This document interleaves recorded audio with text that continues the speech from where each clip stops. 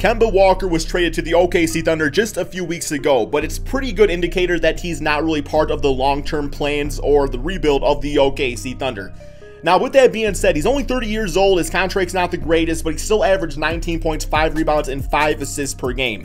There's a lot of rumors and speculation going on that the OKC Thunder are probably going to be trading him before he even plays a game. For today's video, we are going to discuss which teams and trades make the most sense to send Kemba Walker to, and what type of assets the OKC Thunder can expect back in return. Just real quick, guys, we gained 500 brand new subscribers yesterday on the channel, guys. We're so close to 300K. If you are new here, if you're old here, hit that like button, man. Hit that subscribe button and join the Crispy crew. Yo, what's going on, guys? Crispy Flakes here. For today's video, we have a huge discussion about a guy that I think could be a big-time difference maker as far as maybe a trade goes this NBA offseason in Kemba Walker. But before we get into all that, man, I have to let you guys know that earlier today I was mowing my lawn, and I looked down and I noticed that I was mowing my lawn in my Kyrie Irving basketball shoes.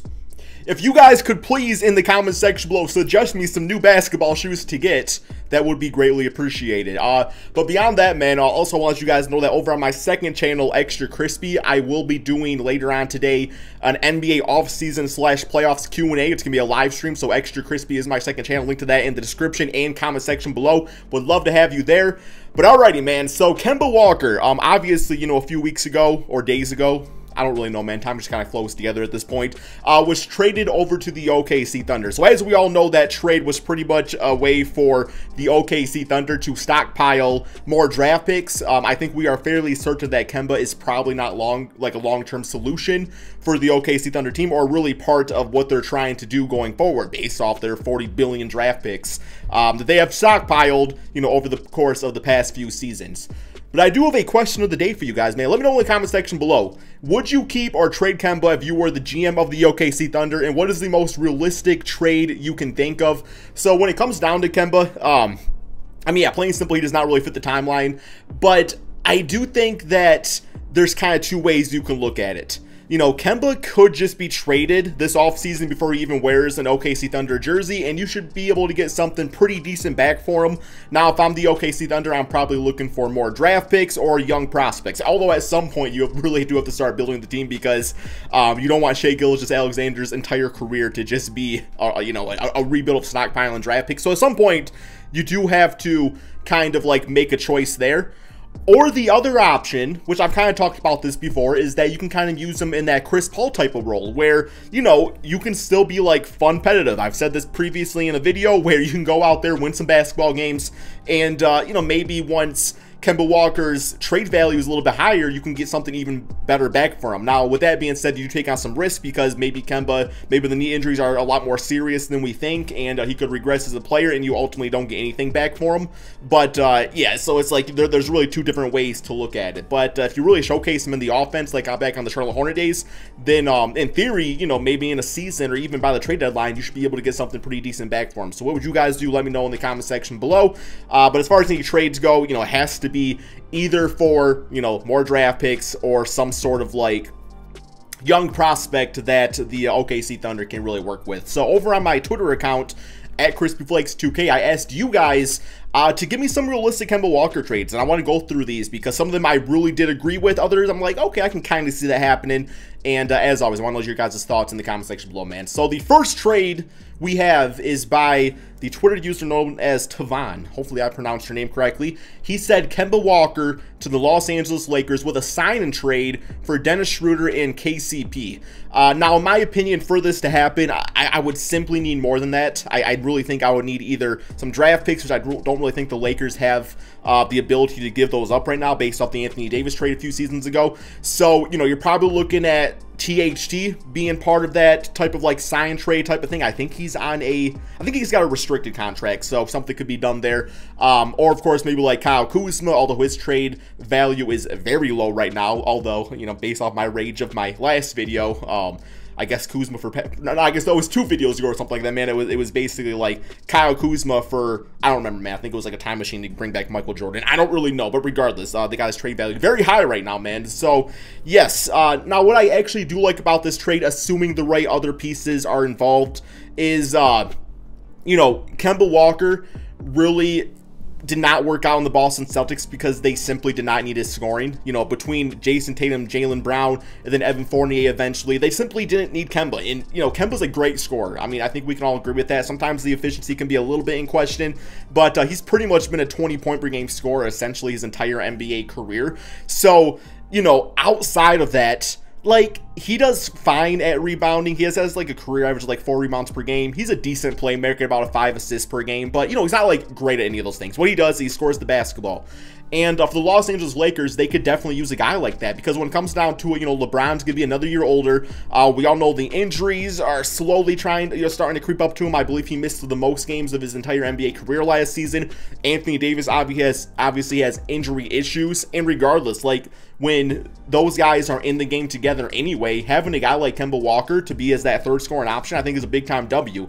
LeBron James, at this point in his career, definitely does not mind passing the basketball, so I really think that Kemba would have that green light to score as much as he needed out there, right? And even when LeBron and AD are managing their load, or whatever else they're doing out there. Sorry, man. I had that joke written in my script. The pause was improvised, man. I improvised the pause, okay? All right, let's give me a minute. Let's bring it back, okay? When they're managing their load. So, like, why? Who said that first? Like, why was there not, like, a better phrase? Maybe just resting. I think resting is a good way to put it, too. Then Kemba can have, you know, that full green light to go full-on all-star Charlotte Hornets Kemba Walker mode, right, man? So I really like that, too. But once again, I would only do it if I'm the OKC Thunder, if THT was in the trade. But also, what you can do in this case is that we all know that Dennis Schroeder is looking for like $100 million to $120 million contract, which is quite a bit of money. But in this case, you know, the OKC Thunder, they would need to do a sign and trade to trade Kemba away, because Kemba's on like a near max deal. So you could give Dennis that money, and then Dennis could go to the OKC Thunder, in which a few seasons ago, I think the 2019 season, man, he was second place for Sixth Man of the Year. So obviously he knows the offense, he's comfortable there, and what could happen is, you know, for one, you're either getting some draft picks or THT out of it, but also in the meantime, you know, Schroeder is on this contract that's considered large right now, but a few seasons ago, man, when he almost won Sixth Man of the Year, people would have paid him that type of money, right? Or at least near whatever the salary cap was at the time. So you could once again showcase Dennis Schroeder, who we already know works out in that offense and fits that team very nicely, and either you keep him around for the duration of the contract, or, you know, he gets back to that six-man dominance type of level, and other teams are like, hey, man, like, we'll make a trade here. So you can keep on showcasing these assets and eventually, you know, flipping for something else, man. King of the fourth quarter style, you know what I'm saying? So, yes, that's the first trade we have right there. That was kind of the long one. That's the one that I looked at first, and I was like, you know what? If a trade were to happen, like, this one to me definitely could make sense given the right circumstance. It's not completely as Tavon listed it. Like I said, some more of the younger guys need to be added in there. But for the most part, I thought it was a good foundation, at least for the trade. Which, let me just point that out real quick here, man. When I do these type of videos, you know, I'm not sitting here trying to be like an actual, like, GM or anything like that. I get a lot of comments saying, like, Crispy, do you know that salary cap exists? Like, I know that exists, man. These are for fun videos, basketball, NBA discussion, you know, shooting hoops with your buddies out there, talking about some trades and stuff like that. I completely understand that for a lot of these trades to happen, like, financially speaking, other parts need to be involved. We always assume that it's like, okay, like the GMs, they can find a way, have that be, you know, cut this dude, trade this guy over there, let's have a 10-team trade, whatever needs to happen, make it happen, right, man? That's kind of the assumption in these videos. Okay, the next one we have is from Skyline Report. He said Kemba Walker to the Chicago Bulls for Kobe White, Troy Brown Jr. in a 2023 first-round pick unprotected, which I don't know if they're able to trade right now based off of the Vucevic trade. I think there might be some Stephian rule rights to that or something like that, or maybe they don't even have that draft pick. I don't remember this exact circumstance, but I don't think that one's tradable, so let's just assume a future first-round pick. And what I like about this is that, you know, obviously the Chicago Bulls went all in when they got Vucevic. You know, they're trying to build this team up here with Vucevic and Zach LaVine. So by getting Kemba Walker, who could be that third scoring option on that team, it really allows him to form Big Three. Do I think it's a championship team? No, I do not. But I do think that Kemba Walker could help them out. And maybe help them attract some more, like, veteran free agents to that team going forward. Plus, they still got Pat Williams out there. Having a guy like Kemba, you know, run the pick and roll with him would be very nice. So, yeah, I kind of liked that. And yet again, the OKC Thunder get more draft picks. And plus, Kobe White, I mean, you know, could be a solid player. Troy Brown Jr., I liked him on the Wizards. Next up, we have a trade that a lot of people said. That's not the Twitter handle. But, like, actually, a lot of people were talking about this. And just kind of the TLDR on this was Kemba Walker for Ben Simmons. Some type of trade that make that happen. So, you know, obviously Kemba, what his scoring can do for a team, taking a lot of pressure off Joel Embiid. I mean, that's something Joel would have never had at that point guard position, always playing with Ben Simmons. And then Simmons goes to the OKC Thunder, and, you know, a pretty low pressure situation where maybe he could work on that jump shot, man. I don't really know what to say about Ben Simmons at this point. I mean, there's obviously so much talent with him from the defense and playmaking standpoint, but something needs to go on, and maybe the OKC Thunder would wake him up to some extent. He'd have the green light most likely, and hopefully something could just happen there, man. I don't really know. The dude's only 24. Sometimes when we talk about Ben Simmons and we make him sound like he's like 30, this kid's got so many years left of great basketball left, so maybe a little piss stop on the OKC Thunder could help him out, and yes. All right, the next trade we have is from... oh no, Slice Master 89. I like the name, man. Slice Master. Okay.